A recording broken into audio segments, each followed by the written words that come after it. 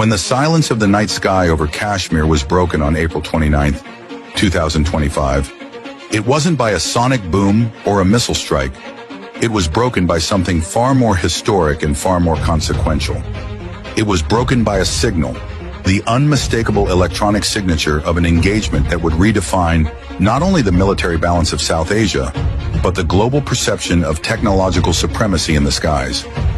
On that night, under the cloak of darkness and the weight of decades of hostility, the air forces of India and Pakistan faced off in what would become the first known direct engagement between India's French-made Dassault Rafales and Pakistan's Chinese-built J-10CPs.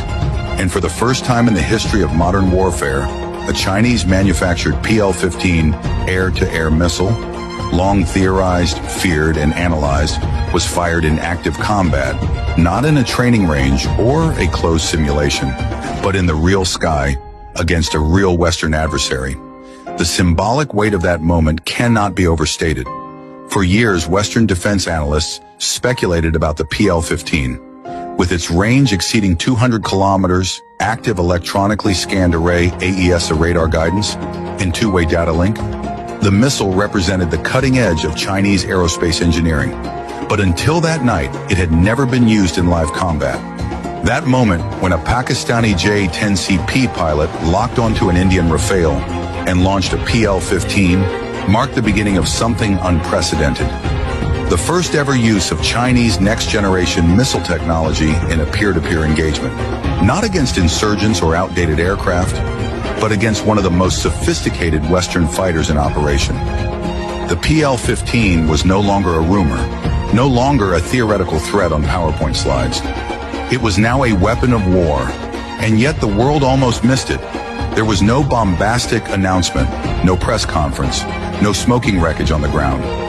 What unfolded was a quiet but powerful shift, a stealthy chess move in the sky, where strategy, software, and split-second decisions changed the future of air power. It began with an incursion alert, Indian surveillance picking up high-speed targets crossing into contested airspace over the Kashmir region. Within minutes, Rafales were scrambled from bases in Ambala and Hasimara. These aircraft, gleaming symbols of Western aeronautical dominance, were equipped with the Spectra electronic warfare suite, Thales RBE-2 ASA radar, and the Meteor missile, until now considered the most lethal long-range air-to-air weapon in the region. The Indian pilots flew with confidence, experience, and perhaps an expectation of overwhelming superiority. But they weren't alone in the sky.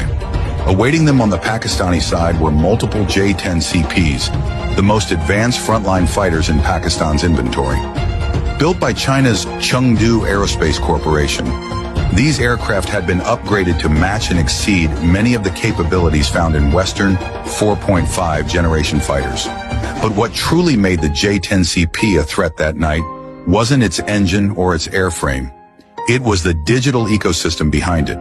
Each jet was part of a live combat network, connected in real time to ground-based sensors, airborne early warning and control aircraft, and AI-assisted targeting algorithms.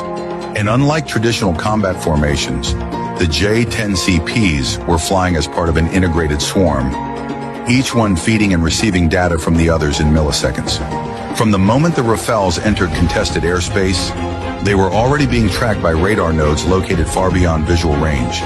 The J-10CPs began to maneuver in coordinated arcs, utilizing radar cross-section management and deceptive jamming pulses to obfuscate their locations. The Rafale's Spectra suite responded, trying to build a threat picture, but the clutter was overwhelming. Radar reflections bounced from false echoes, infrared signatures faded and reappeared, targets split and remerged. It was electronic ghosting at an unprecedented level. And at that moment, as one Rafale pilot attempted to establish a radar lock, the lock was lost. Then another. Then came the missile alert. The first PL-15 had been launched. That moment, a digital lock from beyond 150 kilometers, a launch command passed through an AI-vetted fire control system, and a sleek, ramjet-powered Chinese missile streaking through the upper atmosphere toward a French-built aircraft signified the crumbling of a long-standing assumption. That assumption being that no non-Western air force could successfully use its indigenous weapon systems in real combat to challenge a frontline NATO standard fighter. The PL-15's guidance system, built on AESA radar, similar in class to Western systems, but tuned to operate in heavily jammed conditions, allowed it to maintain lock even under Spectra's defensive scrambling. For the first time, the French-Indian fusion of stealth, jamming, and sensor resilience faced a missile with equivalent, or possibly superior, electronic resistance. The Indian Rafale, evading at full throttle and deploying countermeasures, managed to break radar lock at the final moment, but not without consequence. The engagement disrupted the formation. Communications went dark. Indian pilots reported scrambled data links, delayed targeting information, and overlapping threat indicators. One pilot later recounted feeling like they were flying inside a maze of mirrors, never sure if what they saw was real or a decoy. The Rafales were forced to disengage, unable to effectively return fire. Their Meteor missiles operating in a heavily jammed environment failed to achieve lock before safe engagement range. For the Indian Air Force, this wasn't just a tactical retreat. It was a strategic alarm bell, a wake-up call that their most advanced fighters could be challenged and even outmaneuvered by a digital combat system developed in China and operated by their regional rival. For Pakistan, this was more than a symbolic victory. It was a demonstration to their adversaries, allies, and global observers that they now possess the capability to challenge superior platforms using battlefield integration, electronic warfare, and next-gen missile technology. And for China, it was a moment of profound strategic validation. The PL-15, which had been touted for years as a rival to the Meteor and AIM-120D, had now tasted real combat. Even in a limited capacity, even without a kill, the message was clear.